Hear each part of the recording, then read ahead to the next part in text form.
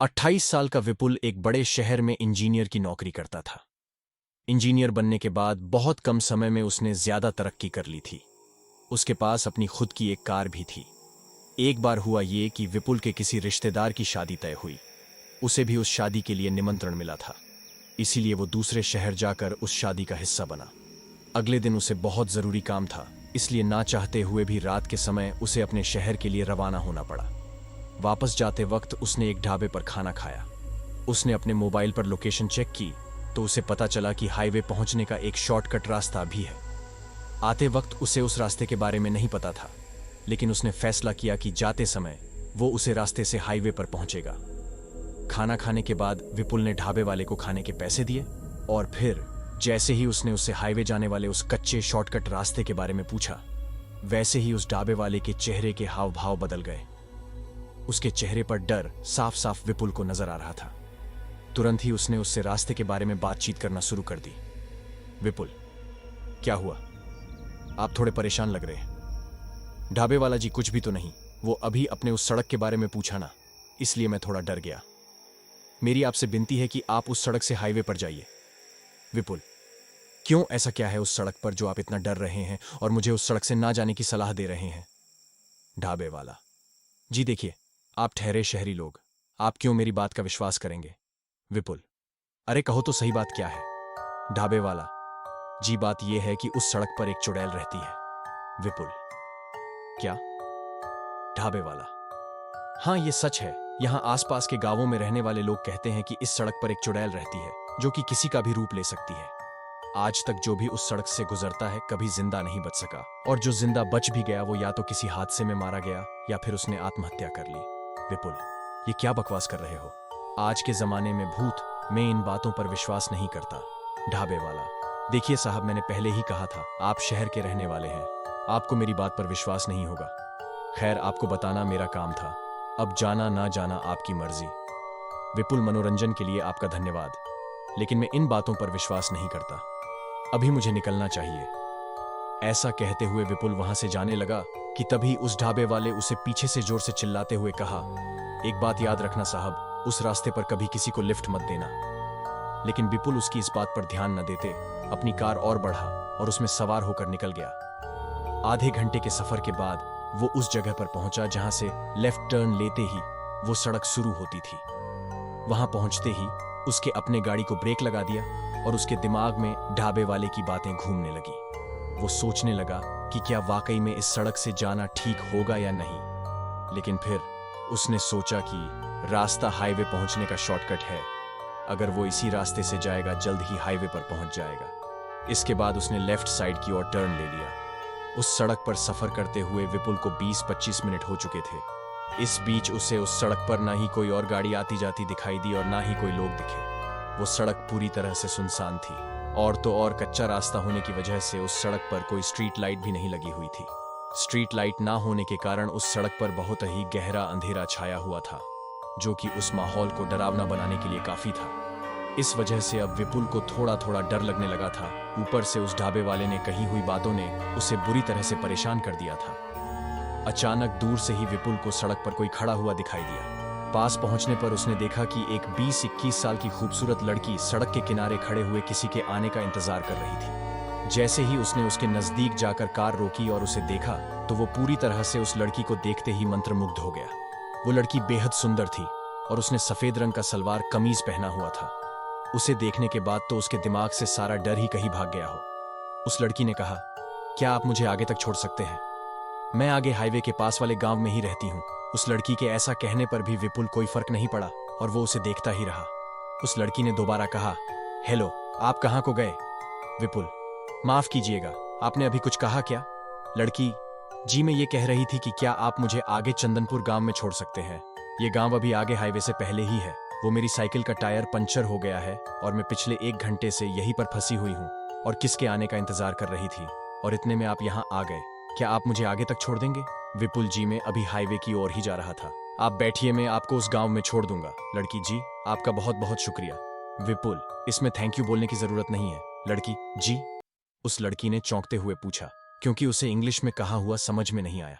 विपुल, मेरे कहने का मतलब है कि इसमें शुक्रिया कहने की कोई जरूरत नहीं है।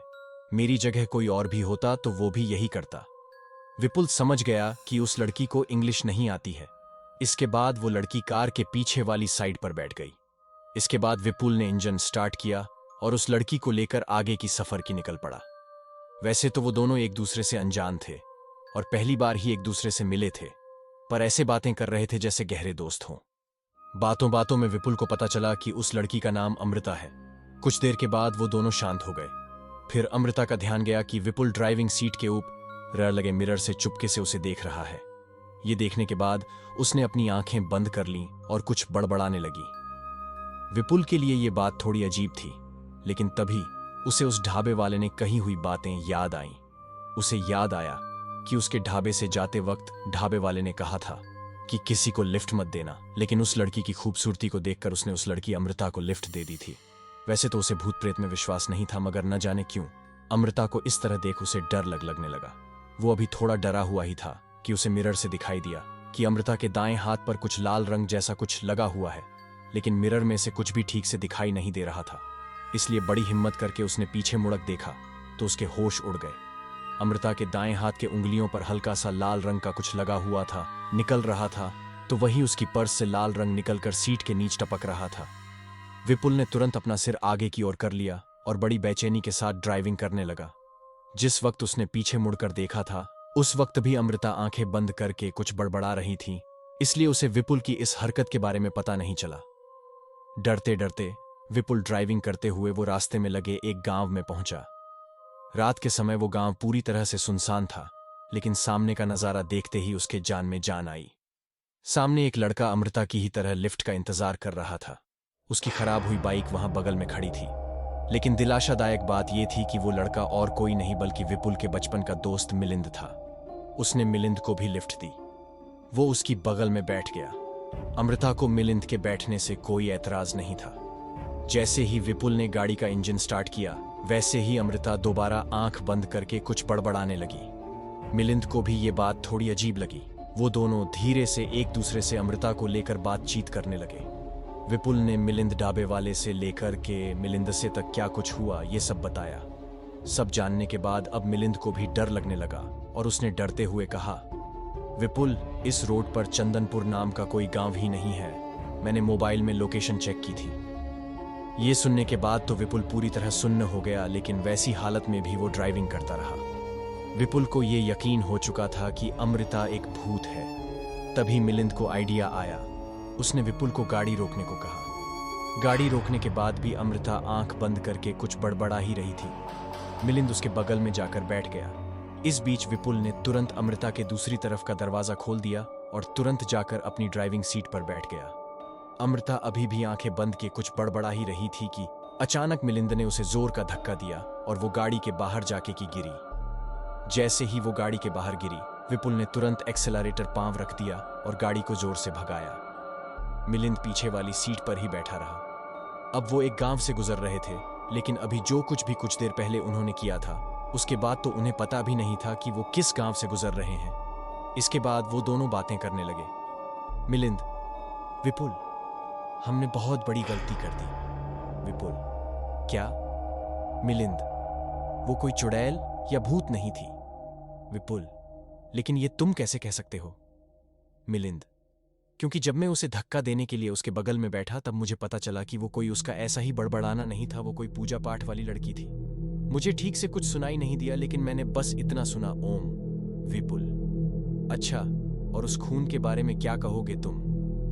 मिलिंद, ये कोई खून नहीं है, औरतों के मेकअप का सामान है। खुशबू से ही पता चलता है।